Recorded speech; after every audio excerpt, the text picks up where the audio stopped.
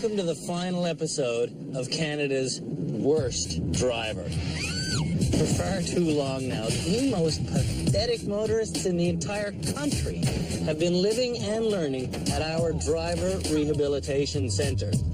5 people have already graduated our program, but 3 dubious drivers still remain. And they are about to endure the most humiliating moment of their entire lives. We're going to make them drive this car through the downtown core of this city, Montreal, Quebec, a town infamous for its aggressive drivers. Montrealers are renowned for speeding, for tailgating, and for showing no sympathy to the Anglophone half-wits who show up here without any clue about the driving culture. For our 3 final nominees, it's going to be overwhelming, especially when you consider that the person who louses up this experience the most will be forever known as Canada's worst driver. We don't want Canada's 3 worst drivers to get into an accident, so we've slathered the car they'll be driving with blunt warning signs. We're hoping that when other drivers see this thing coming, they'll get well out of the way. Wouldn't you? To find the country's worst driver, we got Canadians to send in their nominations. Our research staff poured through hundreds of videotapes from across the nation and diligently separated the merely awful drivers from the truly abhorrent. Brave camera crews then went out for very non-leisurely cruises with the most dubious 40. Catch this. Oh my... From those terrifying in-car experiences, the absolute bottom of the barrel became obvious. And these 8 people were named Canada's worst drivers. 7 episodes ago, they drove to the Driver Rehabilitation Center in desperate need of help. So help them we did. It's not a race, Bob! It's not a race! Bob was nominated by his buddy, Rob. I'm not Canada's worst driver. I'm Canada's best driver. When we met Bob, he liked to exact petty revenge by driving violently on the highway. To him, it was all a game called bumper tag. Want to play bumper tag? Catch this. In rehab, though, Bob learned just how bad some of the drivers he cuts off actually are. And he understood that scaring them doesn't help anybody. It's like clearing the fog. Like, it just makes a lot more sense now, Bob is not Canada's worst driver. Tatiana was nominated by her mother-in-law, Beth. Why did you make me come here? When we met her, Tatiana couldn't turn left, and she was terrified of speed. But when she simply learned to focus her attention further up the road, her turning came naturally, and speed skills followed. 72! I can drive with 72 between boxes. Tatiana is not Canada's worst driver. I did it. Faith Ann was nominated by 4 different people, including Joanne. When she drove herself to the rehab center, Faith Ann's ego controlled the wheel, resulting in some seriously reckless driving. Not wanting to be passed by Bob while speeding down the highway, she pulled an outrageously dangerous maneuver, straddling the yellow line, forcing Bob onto the soft shoulder. Bob's gonna beat us now. Hope you're happy. But when our experts came down hard on her, Faith Ann's attitude changed. What's going through your mind when you do something like that? And so did her driving. Faith Ann is not Canada's worst driver. David was nominated by his buddy George. David arrived at the rehab center with a nasty habit of making long scrapes on parked cars. His high-speed steering was bone-rattling, and he'd rely on his passengers so devoutly, it was pitiful. But after 18 challenges and many private tutorials, David showed us some real improvement. He learned to maneuver in tight spaces, and most importantly, he showed us he understands that when he's driving, he's the one in charge. David is not Canada's worst driver. Manuel was nominated by his colleague, Alex. When he showed up at the rehab center, we believed Manuel was simply incompetent. I can't get out. What the heck is this? However, his incompetence is anything but simple. This is turning out to be our worst one yet. Oh, no, it is, because it's not easy, Alex. Manuel is a frustrated road rager trapped inside the body of a mild-mannered computer genius. He doesn't want to be too emotional today. When he learned to control his emotions behind the wheel, we learned Manuel is not Canada's worst driver. One of these three people is... Heather was nominated as Canada's worst driver by her husband, Ernie. She's afraid to go fast. Okay, now what? She's indecisive. And she can only see about 20% as well as most people. With her glasses on. Chris was nominated by his wife, Michelle. When Chris drove to the rehab center on day one, the car was like a foreign object to him. I can't feel the accelerator. Not good. He's short on skills, but that's mostly because he's too afraid of driving to get any good at it. This is impossible. It's not impossible. When he does get behind the wheel, he's often completely paralyzed by his own anxiety. I think I pissed myself. Madalena was nominated by her friend, Jennifer. Even in the rehab center, Madalena cares more about fashion than driving safety. She's distracted, she's foolhardy, and she's in total denial. Please graduate me. I promise I won't speed. But what makes her possibly the worst driver in the country is that following every accident, she shows zero remorse. I won't tell you. At the end of this episode's two final challenges, the unenviable task of choosing which person will be named as Canada's worst driver goes to our crack team of experts. Montreal lies ahead, but first, one more mega challenge. It's the culmination of everything we've taught our students. We're testing handling skills, spatial awareness, split-second decision-making, observation, and anticipation. All the skills every driver needs to stay safe. Behind me, construction workers are putting the finishing touches on the most cunning challenge we've ever created. This will be the final exam ever to be held here at the Driver Rehabilitation Center. It's a long and winding challenge designed to be so frustrating that many of our pupils might overheat and even totally seize up. With good reason.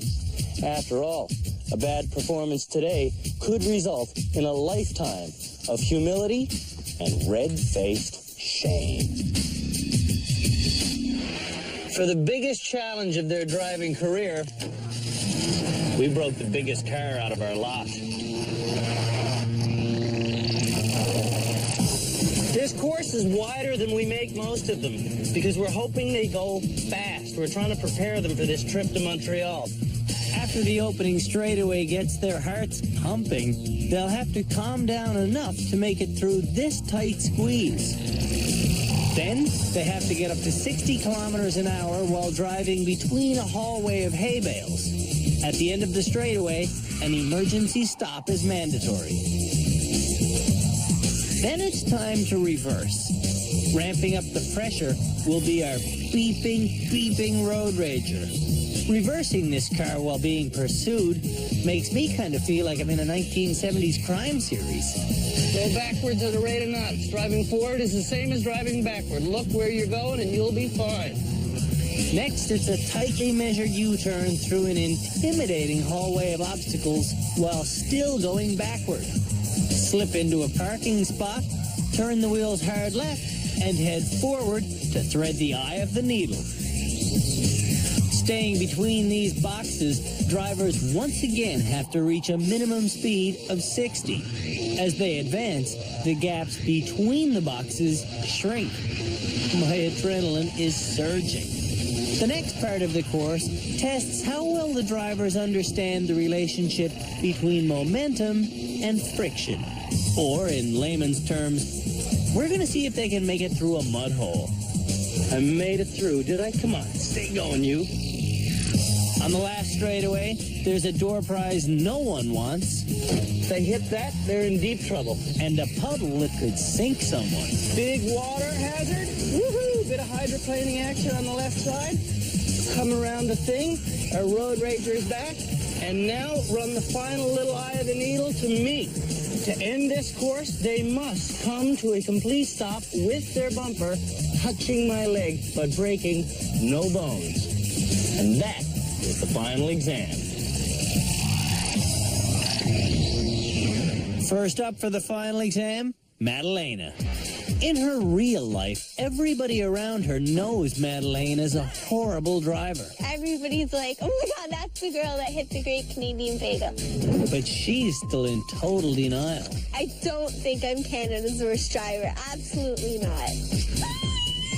We're trying to teach her what it means to be responsible for a ton of steel. But we're not getting through. Oh my God, stop it! And she's belittling us with hollow promises. If I can graduate, I swear to God, I'll get a bus pass and I'll never drive again. So, this one's for all the marbles. Okay. Starting the final exam, Madalena promises to care and drive responsibly. But we've heard that before. On my side. Sorry, get on my side. Get on my side.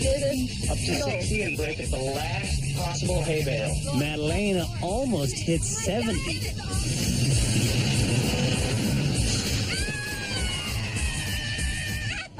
And the cop cars. Going backwards, she creates more mayhem and loves every minute of it. What are you doing? Straight down. After 20 whole meters of accident-free driving, Madalena clobbers an obstacle. But instead of becoming contrite, her bizarre sense of entitlement kicks into high gear. Now the woman who once drove through a bagel shop window is hitting things and running over the rubble as if it's her right to make an expensive mess. Remember, Madalena, you got to get up to 60 while you're threading the eye of the needle. We're going to call you back, okay? Okay. Go, go, go, go, go, go. Up. Press it, press it, press it, press it. Down, down, down, down, down, down, down, down, down. Ah, Madalena is acting juvenile. If she drives like this on public roads, someone could get killed. Amazing. Our cameraman narrowly avoids being run over, but it's Madalena who takes it in stride. Sorry, Frankie. I didn't mean to.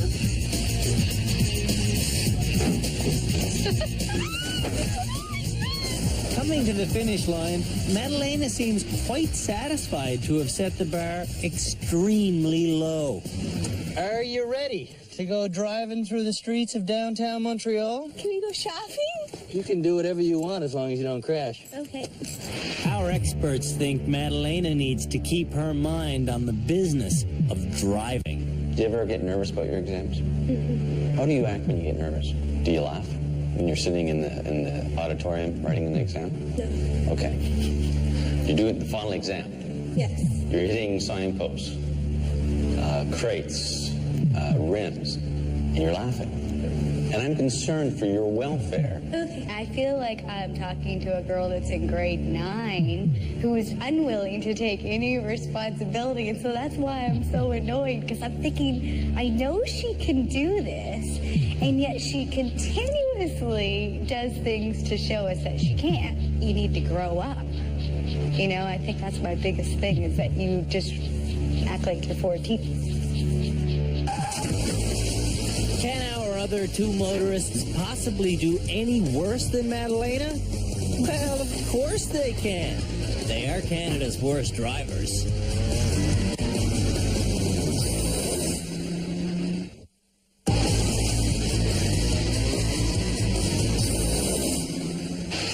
The three most negligible motorists in the country are taking their final exam here at the Driver Rehabilitation Center. When the results from this challenge and from their upcoming drive in Montreal get scrutinized by our experts at the end of this show, we will reveal the identity of Canada's worst driver. Heather's next.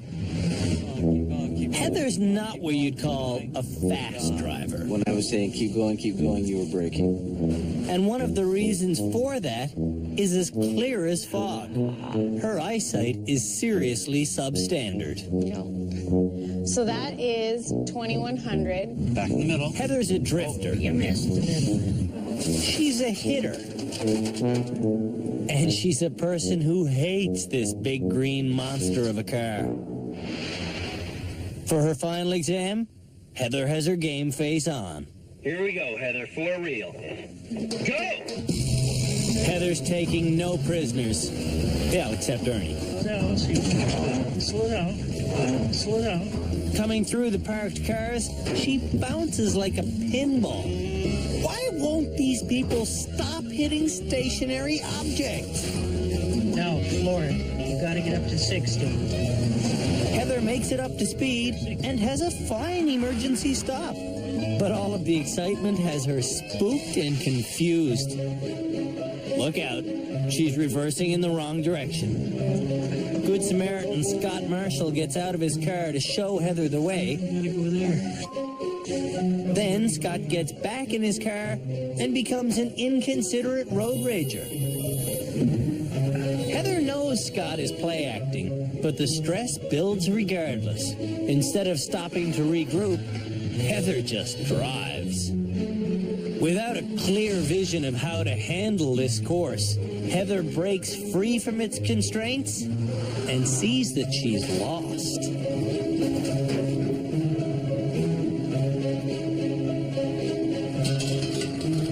Okay, this has gone on long enough. I clear a path through the rubble and try to guide Heather back on course. When it comes to reversing, Heather has a lot of baggage.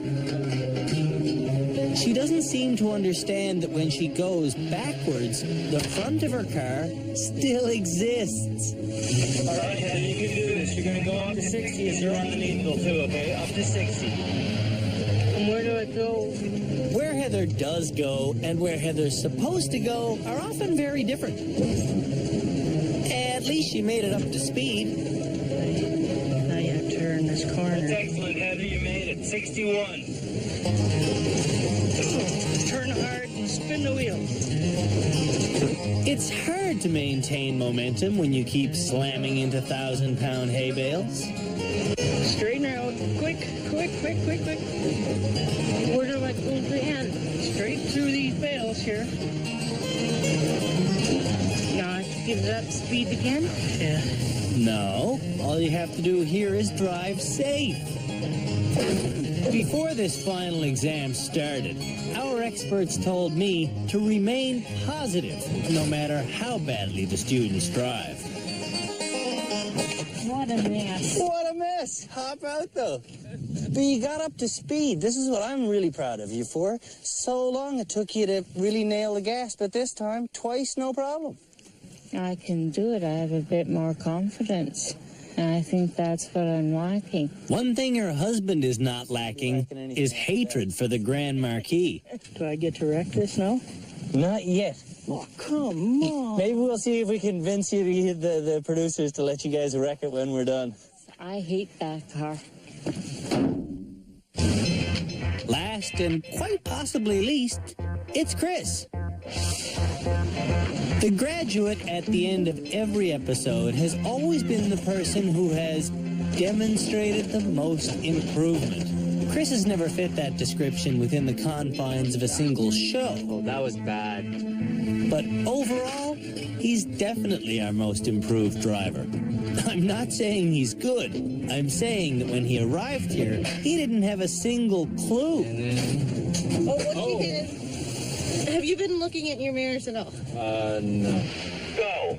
Chris starts his final exam clearly focused. Focused on what? I have no idea. He hits the first set of obstacles in his path. And, let's not forget, Heather and Madalena already widened this section. Now the speed. Chris has displayed several disturbing character traits during his time with us. The most disappointing is that sometimes, when he's doing quite well, one mishap will totally freak him out. I just turned the wheel totally the wrong way. Just hang on to your neck. Then he gets angry, which leads to panic. Damn it, I keep on drifting.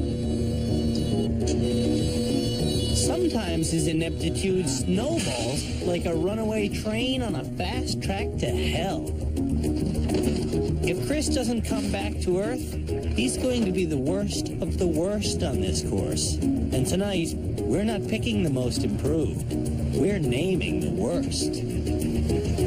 Going forwards again, Chris gets the car up to 60, but can't for the life of him get it back down to 0. That's been the ugliest bit of driving so far. And now it's time for the mud hole. All in all, though, through here, Chris does fairly well. He swings into the final chute with dramatic flair. He steers clear of all the cameramen, and he slides through cleanly until he brutally hip checks that hay bale.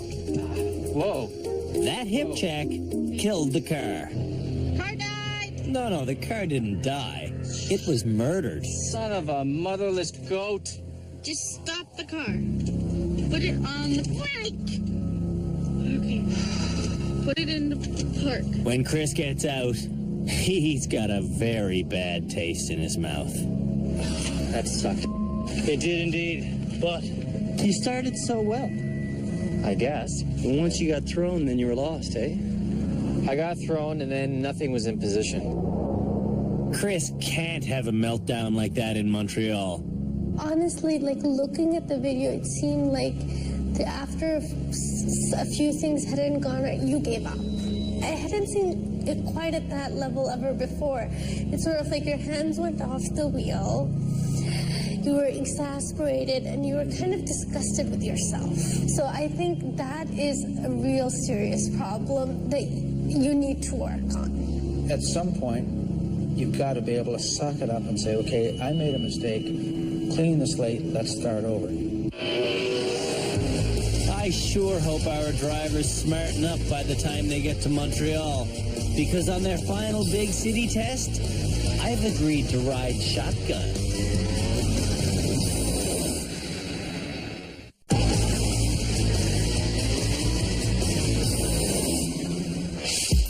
Montreal traffic has no time for bad drivers. To make sure they're not completely in the dark about big city motoring, Scott takes Canada's worst drivers out for a private lesson around the cobblestone streets of Old Montreal. There's horses, there's French signs, and there's millions of moving objects. There's a belief held in the rest of the country that pedestrians don't exist in Montreal because they'd be mown down by the drivers. Au contraire. Pedestrians are everywhere, and Scott can't point that out enough to Madalena. What do you do about these pedestrians? I know. Go slowly and cautiously. Madalena's focus, though, is on shopping. What are we approaching right The Jacques Center. Cartier. When you're driving, forget about your shopping. Okay. When you're driving, it's, hey, I have a task, I'm a driver. For Heather's lesson, Scott's main concern is still for the pedestrians. The danger of someone stepping by so we can, nice response to the pedestrians. Old Montreal has none of the tunnels and freeways that Canadians think of when they imagine driving in this city. The fastest moving road on our test will be Saint Denis, where the drivers might get up to 70. And the most unfamiliar terrain will be these annoying cobblestones. Scott gives all three of our drivers a lesson on the unique rules of Montreal. For example, you can never turn right on a red light, and a green arrow like this means you can only go straight forward. It's a lot for Chris to absorb. So what did you learn? That I don't really want to do that again. Why? It's just way too claustrophobic, and there's too many pedestrians. I don't know what they're doing. Tomorrow, for their final challenge, our nominees for Canada's Worst Driver will spend at least 45 minutes behind the wheel during rush hour traffic. I'll be in the passenger seat, acting as navigator, reading out the directions. In the morning, Madalena sheepishly announces that she partied hard last night. She thinks that sort of behavior just before an exam is pretty cool. However, she thinks our car is an embarrassment. This is the car? That's the car. Retard, why do you think I was being so embarrassed? Huh? Okay. Where am I going? You're going to go in the driver's seat because you're the one driving this final challenge. Madalena has had several serious accidents and dozens of unreported fender benders. Here we go. Drive us through Montreal. I've been worried about this day for a long time. Now it's happening. But everybody's staring at you. I think you're crazy. The Driver Rehabilitation Center has done wonders for our students, but there is one strange side effect. Now, whenever they see rows of pylons, they feel compelled to drive between them. On what should be her third turn, Madalena spaces out and drives straight. Banana back. Okay, we're gonna go on a little detour. Okay. Madalena loops around some pedestrians and heads back into traffic. Before long, she's faced with a green arrow. Okay, that was an illegal moving violation. You're not allowed to make a right turn on a straight ahead arrow in Quebec. Madalena's hangover has kicked in hard. I'm gonna throw up. And driving round and round in circles is not helping. Did I pass it? You did, you passed it. It was the immediate left. Oh, okay, we're gonna go in another circle. Okay. We're all over the place. Madalena's first destination is Mount Royal. She needs to go left, but for some reason, she veers right. Go for a little drive again. Okay. Madalena's been on a lot of these little drives in her life. Eventually, she's back on the road to Mount Royal. Madalena approaches another left turn. And just like last time, she panics at the last minute and swerves off to the right. Oh boy. So you're in the left turning lane to go on Camellia and Oud, and then for some reason you got out of it just before you made the I turn. think I need glasses. Oh, is that right? Because I honestly can't read these French signs. Ultimately, you're going to go into the next roundabout that you come to? You know what a roundabout is? No. It's a merry-go-round for cars. Aren't we on one? There's a difference between going around in circles and being on a roundabout, though. If you came to an intersection which had 4 large arrows pointing to the left and a big do not enter sign looming to the right, would you need to come to a dead stop in the middle of the road to figure out what to do? Go straight. And would you then go the wrong way? No, let's not go straight. No, wait. Madalena sees the do not enter sign and flees accordingly. What's this idea? I'm feeling nauseous, but I'm not nearly as green as Madalena. Matt, if you're gonna hurl over the fence. You guys really that sick? Yeah, I'm like I feel really nauseous right now. I have to get out of this car. Very classy. Instead of sleeping before the drive, Madalena passes out during it. I don't feel so good. I don't think Matt's feeling so well either. We had a little bit too much to drink last night. And it's really hot in the car. I'm gonna puke. Okay, yes, I gotta get back in the car with Mad. I'm just glad there's only 3 of these to do because I am getting very scared. Despite our best efforts, Matt obviously doesn't care about safety. Matt, you gotta start watching speed signs, okay? There was a big sign there that said going into that turn at 35 kilometers an hour and you get it at 60. Madalena needs much more than a nap to straighten herself out. Back in the city, she misses yet another turn. Okay, Matt, you really gotta start paying attention. That was Duluth right there. But she has no problem spotting her favorite stores. Jen, this is where we were shopping yesterday. Cool. This next move could buy Madalena an expensive ticket. Okay, this is extremely illegal, man. You are not allowed to take a right turn on a red light. Okay? It was red, red, red. Madalena's in denial, and Jen is indisposed. Still with us, Jen? Mm-hmm. Taking a nap? Mm-hmm. I'm at the end of my rope with these two. This is our last. We're on the last 30 feet. Madalena's done, and she seems pretty smug. I'm not smug. I'm pissed. What happened out there? Missed some streets, and then I had to go around in circles. Because you're not paying attention, because you don't I care. wasn't paying attention. Yeah. Don't say I don't care. I care. Okay, when you showed up yesterday for a driving lesson on how to survive the streets of Montreal, and you don't pay attention, to me, that says you don't care. Okay, I don't know what you want to say, really. I just don't know. I want you to take ownership of your own behavior behind the wheel is what I want. I did. Okay, I accept all responsibility for all wrong turns. Now you're just trying to make me crazy. I want you to see if you can behave properly behind the wheel, responsibly. I want to see if you can change your ways before you kill someone. I think that's a little harsh to say. How do you want me to put it? You don't have to say because I'm going to kill someone. Okay, well, so I want you to start behaving properly so you don't drive through another bagel shop window. Well, I know it's not funny. That's the whole point. When we come back, Chris and Heather both take their crack at conquering Montreal and avoiding the title of Canada's worst driver.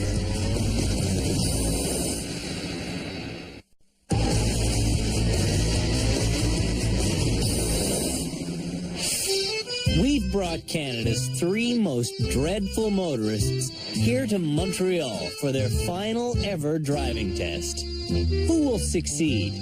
And who will be forever known as Canada's worst driver? Heather's next.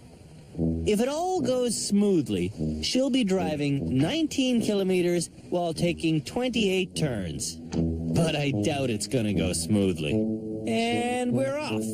Whoa, Heather. Whoa. Not an auspicious start. So be super careful, my dear. We're all good. So you're going to turn right onto this one. This is St. Paul. Be careful of the pedestrians and everything, of course. Heather's eyesight will be her biggest hurdle on this drive. I'll tell her what streets to look for, but I won't point out the signs. No metal on metal, Heather. Pedestrians are wary of Montreal traffic, but they're especially wary of this absurd automobile. Our defense mechanism is working. People look out for Heather as much as Heather looks out for them. You're fine. You don't need to look at the front of your car. You can look straight down the road. Think of what Scott Marshall would tell you. So you're fine. Aside from the jerky start, Heather is driving very well. Stiffly and methodically, but correctly. Well done. She even signals and turns around a double-parked car while checking her blind spot. You're doing great so far. You got a big green light, and you got a lot of pedestrians waiting. Aren't they nice? Aren't they nice? Several episodes ago, we showed Heather some standard road signs, and she only knew what 20% of them meant. So, it's not surprising she's already forgotten what a green arrow means in Montreal. And that's illegal. Now I'm getting nervous. Then Heather defies my expectations and manages this tricky merging maneuver. Like a pro. In the back seat, Ernie has been speechless for quite a while now. Your next instruction is to go right on Saint-Denis. Rolling forward, Ernie pipes up. Red light, Heather. Okay, I'm not going now. Heather's forgetting you can't turn right on a red light here. Okay, Heather, you gotta listen to your husband. That was a red light that you just turned right on. Yes, ma'am. That's a very illegal moving violation in this part of the world. Heather's next turn is a left. She can't read the sign coming, but she does see a turn, so she cuts off an SUV. When she realizes it's not her turn, she swerves back out to the right. And then to the left. I got scared.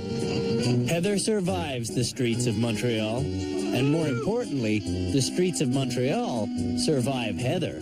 Nothing to it. Give me your hand. Don't hold your head. Oh. You've never, ever driven in a city this big? No. And? Well, it's not as bad as I thought it was. I think I could probably do it again. Want to? No. Heather knows her limitations, which is some help behind the wheel, but not much. Is she Canada's worst driver? Chris is next. So, Chris, this is our chart. We're going to drive around the streets of Old Montreal. If this course gets done exactly properly, it'll take about 45 or 50 minutes. First instruction is to take a right on St. Paul. This is pretty much a sensory overload for Chris. Before arriving at the rehab center, Chris had never sat behind the wheel of a car 2 days in a row. Now, he's finally into the rhythm of driving, but Montreal has a beat all of its own. Okay, buddy, I was patient. After a little stutter, Chris settles down. Even when he comes across other bad drivers, he keeps his cool. That's basic creative driving, Nick, I did. I'm loving that. Chris is confidently keeping up with big city traffic, and he's staying calm around pedestrians. I'm going to make an observation. Yes. After 8 weeks in the Driver's Rehabilitation Center, you seem more comfortable here in Montreal during rush hour than you did on an obstacle course all alone when you first got to the rehab center. True. That is true? True. You're more comfortable here in rush hour. We're headed up Mount Royal now, and the next turn is a left. Whoa. Decision time. It's not the smoothest ride ever, but Chris gets us up to the lookout without missing a single turn. There's been no moving violations and no freakouts. Wow. You know what, to be honest, I'm actually kind of surprised. He's doing well, he's not doing very well, but he's compared to the rest of the bad drivers, he's doing very well. I didn't hit anything, which is good. Pulling back out into the thick of things, Chris shows us how far his reversing has come since that time he was stuck for 45 minutes in a simple driveway. He looks like the poster boy for stress, but his driving is error-free. Good move. That is correct. Your next instruction is to turn right on Saint-Denis. All right. But that's his left blinker. Does Chris know where he's going? That's right, you're waiting. Okay, your instruction there was to go right on Saint-Denis, so you went left. Chris turns onto a 4-lane thoroughfare, heading in the wrong direction. Irrationally, he decides the best way to get back is to turn left into the oncoming traffic. This is going to be tricky. But to keep traffic flowing, left turns aren't allowed on Saint-Denis. You've gone about 2 kilometers past where you had to turn back. After 8 no-turning signs in a row, Chris suddenly realizes he should turn right. Not good. Yeah, you might want to check your blind spot before you start making a turn. Yeah. Oh, that was a cop. Especially into a cop. By the time Saint-Denis sort of peters out, Chris still hasn't turned. Well, this doesn't look very smart either. Instead of pulling a quick U-turn, Chris goes in to explore. Where is this going? This is going into a bus turnaround. Oh, well. Is there a bus following me? No, there isn't. Oh, but there's a giant do not enter sign that says, unless you're a bus, don't come in here that you just drove under. All Chris has to do now is go straight ahead through the turnaround. But he opts for a 3-point turn, which could lead to a showdown. Okay, that was curious. Why would you do that, baby? Probably should have followed around, seeing as this is one way and here comes a bus. Okay, get ready for excitement. Undaunted, Chris hits the gas, while my anxiety levels hit an all-time high.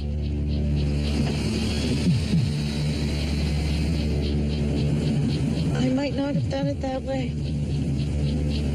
Chris pulls over to regroup. He's clearly in the danger zone.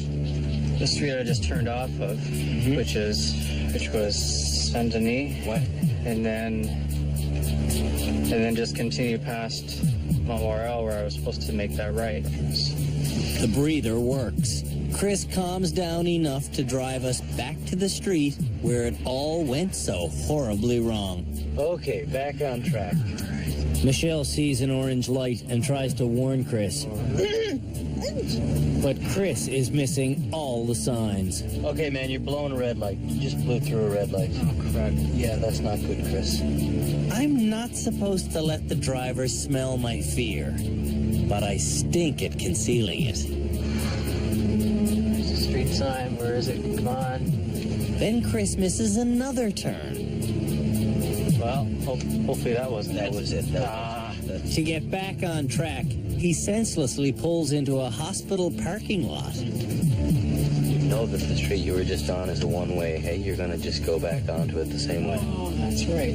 Which brings us to our second head-to-head showdown with a bus. I seem to have this thing with buses today.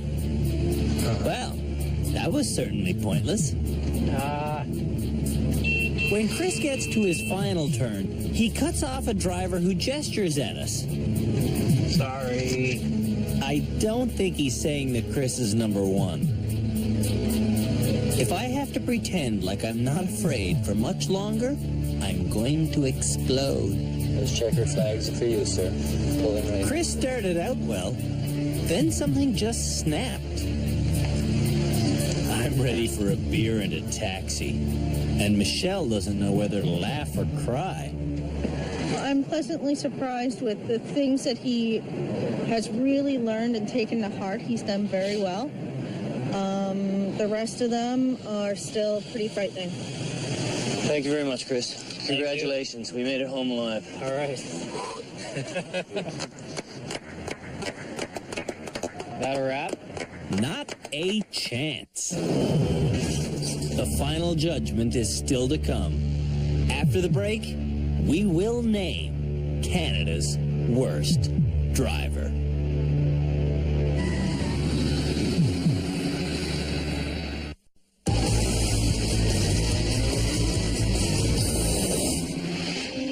Our team of experts has been holed up here in the Driver Rehabilitation Center for the last 8 episodes. Tonight, their final task will be choosing which of our 3 remaining drivers is Canada's worst. Well, it's been kind of interesting every time we've sequestered ourselves like this to figure out who we're going to graduate, but today it's an especially big deal because the person who doesn't graduate is Canada's worst driver. Well, I don't know that second and third place are necessarily something to be that proud of.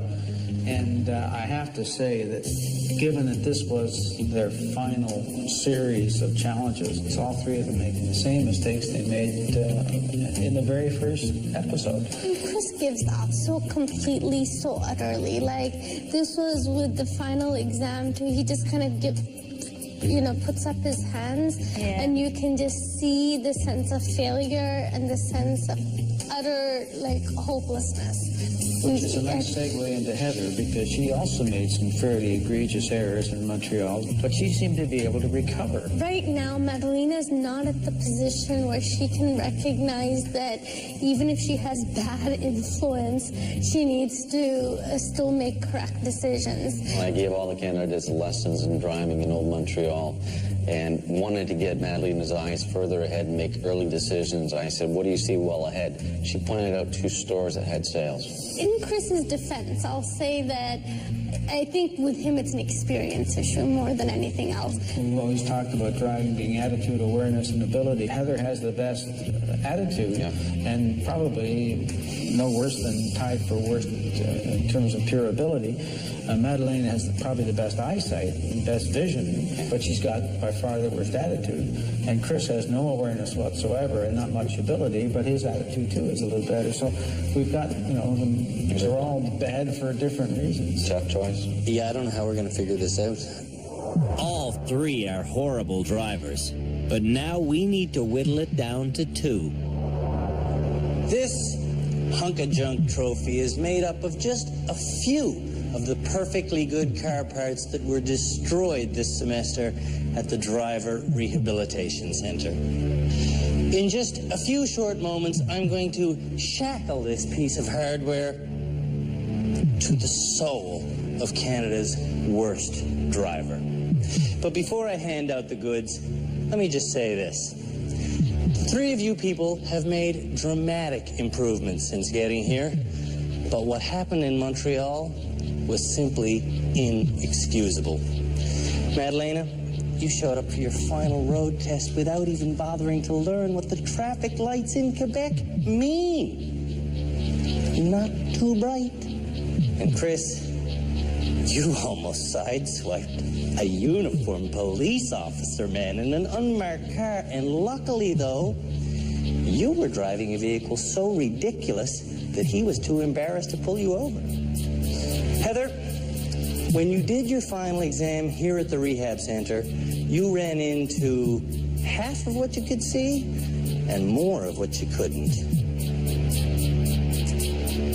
So imagine how surprised I was when you pulled into the streets of Montreal and you didn't hit anything. Heather, look, man, I'm gonna give you back your keys. If you promise, okay, and you have to promise this, never to drive in a strange city again, and you are going to get your eyes tested as soon as you go home, aren't you? Yes, I am. Then you graduate. Congratulations, my dear. Heather's reached the end of the road at the Driver Rehabilitation Center.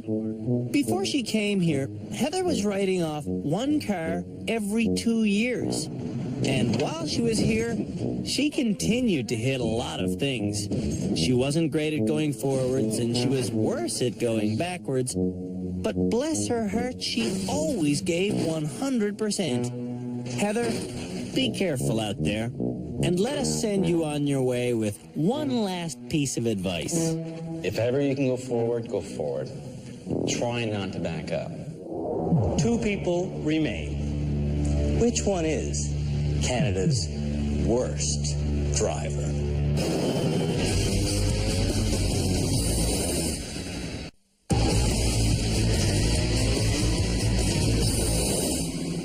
We're about to name Canada's worst driver. In the all-important final 2 challenges, the performances were abysmal. Here at the rehab center, Chris sent an orange marker flying 5 meters into the air. And Madalena sent a cameraman running for his life. In Montreal, both drivers fell asleep at the wheel, Chris figuratively, and Madalena literally. They both ran red lights, they both got repeatedly lost, and they both needlessly cut people off. Which one is Canada's worst driver? It's crunch time. Who is Canada's worst driver? Chris, we gave you classroom lessons, we gave you in-car lessons, we taught you every way we know how, but still, when you go out onto the public roads, it's clear as a bell that you don't have a clue how to drive. Madalena, you could become a half-decent driver, but I really don't think you have the will. Every single day you were here, we offered you professional driving lessons, but you took us up on that offer one lousy time. The fact that you don't care is as plain as the scratches that run up and down your car. So, it's come to this. We made our final decision based on the last 2 road tests. In the first of those 2 tests, here at the Driver Rehabilitation Center, Chris, you were easily the worst. And Madalena, in Montreal, Chris was also easily the worst. So I'm sorry, but here's what's going to happen. Madalena, I'm going to give you back your keys. I'm not going to graduate you, but I am going to say that you're free to go. Thank you. Thank you for coming. Chris, buddy, I'm really sorry, but you will recognize this as your key, and I'm not going to give it back to you. Oh, that's okay. I'm going to leave it right there. And now it is my duty to say, you are Canada's worst driver. Come on, buddy, I'll walk you out of here. Let's go.